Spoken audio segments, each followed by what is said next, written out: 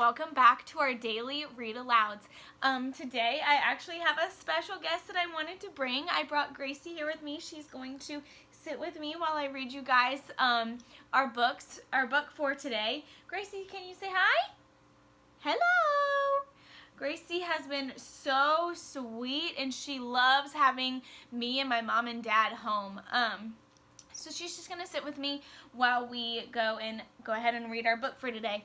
So what I thought I would start doing, instead of reading a new book every day, I thought we could just read one or two or three chapters from Junie B. Jones, and then every day I'll post a new video, and then we can move on to Magic Treehouse. So we can switch off between reading Junie B. Jones and Magic Treehouse. So I brought this one. Junie B. Jones is Almost a Flower Girl. So that's the one that I chose that we're going to read for the next couple of days. So let's go ahead and begin. So notice we have a table of contents. So this tells us the chapter of the title of every single chapter that we're going to read.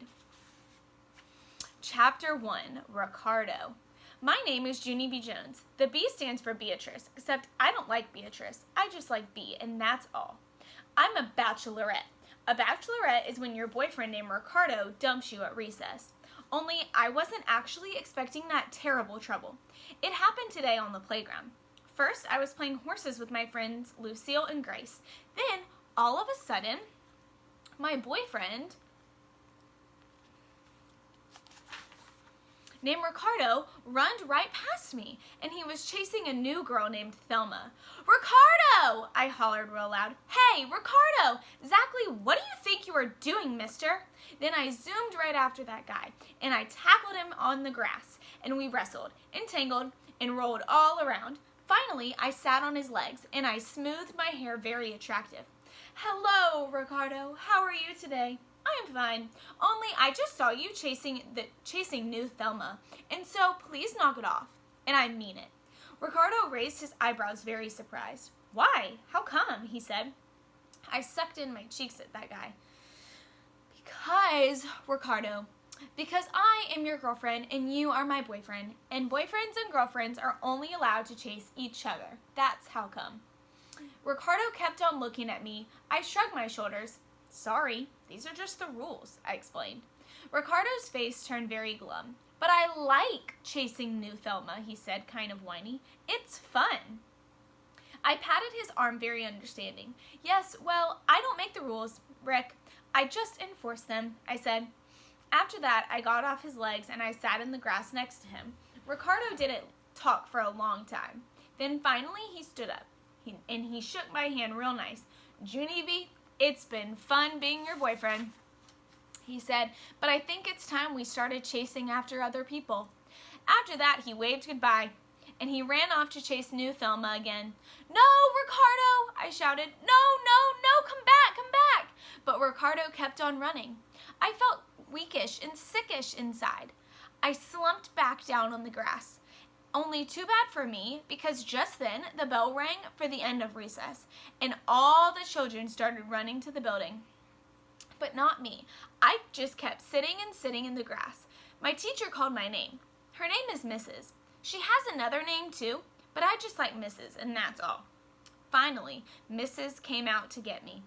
Junie B., honey, she said, why aren't you coming in? What's the trouble? I looked up real depressed. Ricardo, I said real sad. Ricardo is the trouble. After that, tears came in my eyes and my nose started to run very much. Mrs. closed her eyes. Oh no. Not boy problems, she said. Not already. After that, she gave me a tissue and stood me on my feet, and she walked me to room 9. Chapter 2, Grinded. Mother had the day off from work. She met me at my bus stop. She was pushing my baby brother, named Ollie, in his carriage. I ran and hugged her legs. Mother, I am so glad to see you, because today was the worstest day of my life. I have been running through the milk, I tell you. Mother raised her eyebrows, kind of confused. Oh, I think you mean the mill, Junie B. Run through the mill means you've had a hard, grinding day. I nodded my head. Yes, Mother, that's exactly what kind of day I had, because my boyfriend named Ricardo wants to chase other people. And the news grinded me right into the ground. I reached in my pocket and pulled out my snack cookie. Look, see how upset I was, Mother? I couldn't even eat my snack cookie at snack time because my stomach felt squeezy and sickish inside. Mother took my snack cookie out of my hand. She took a big, delicious bite of it. Thank you, honey, she said. I stared and stared at that woman because she missed the point, apparently. No, Mother, you are not supposed to eat my snack cookie. You're supposed to feel sorry for me. Plus, also, you have to tell me how to get Ricardo back. Mother bended down and gave me a hug. I'm sorry, honey. I know you're upset with Ricardo, but really and truly, Junie B, you are way too young to have a boyfriend. She stood back up and smiled. You're just a little girl, she said. I stamped my foot. No, I am not little. And anyway, all the girls at school have boyfriends, Mother. My bestest friend Lucille has a boyfriend named Clifton. And my other bestest friend Grace has a boyfriend named Roger.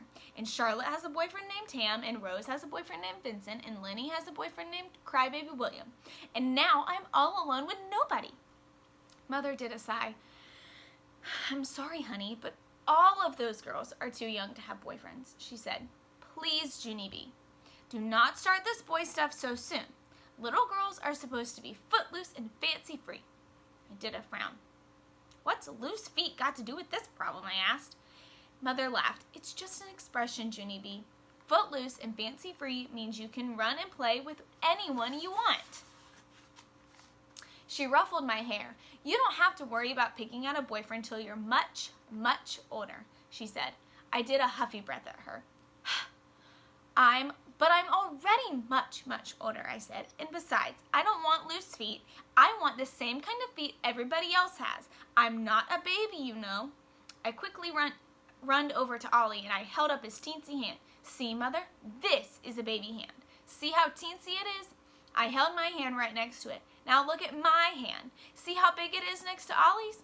Huh, Mother? Do you? After that, I picked up one of Ollie's baby feet. See this teensy foot? My feet are bajillion times bigger than these baby feet. I stood up straight and tall. I am big, I tell you. I am big like a giant lady, practically.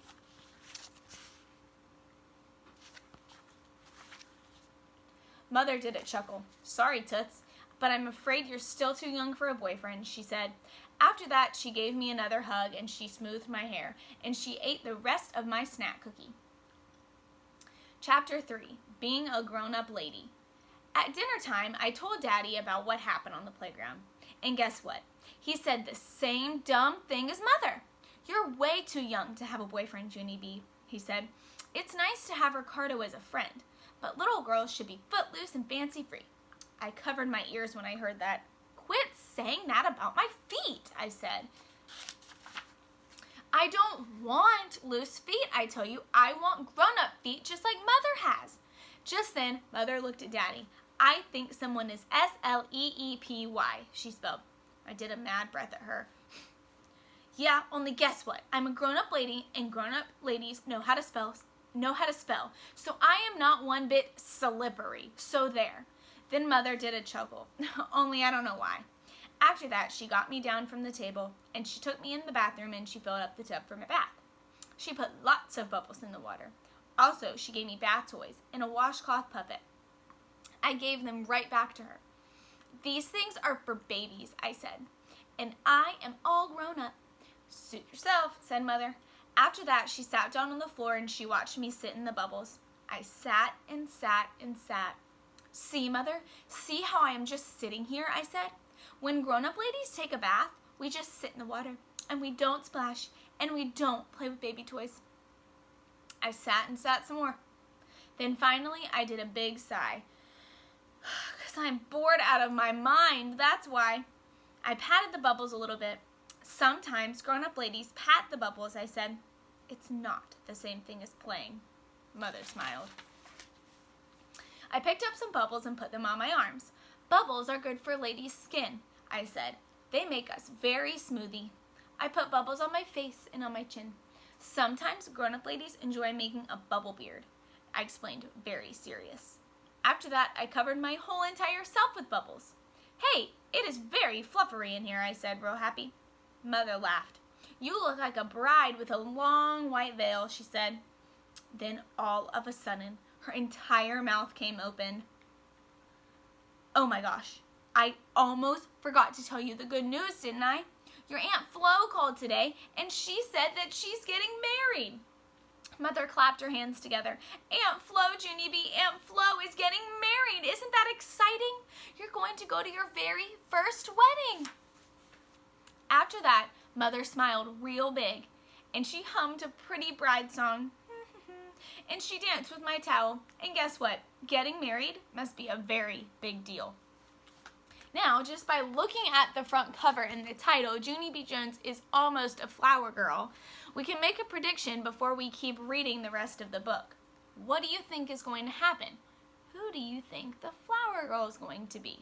We can use the title, and I bet if we go back to the table of contents, we can figure out what's going to happen next, because chapter 4 is Flower Girls.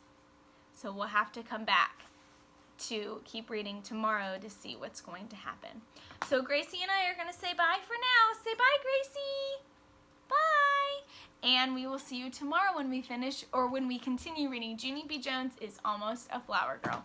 Bye, guys. I love you.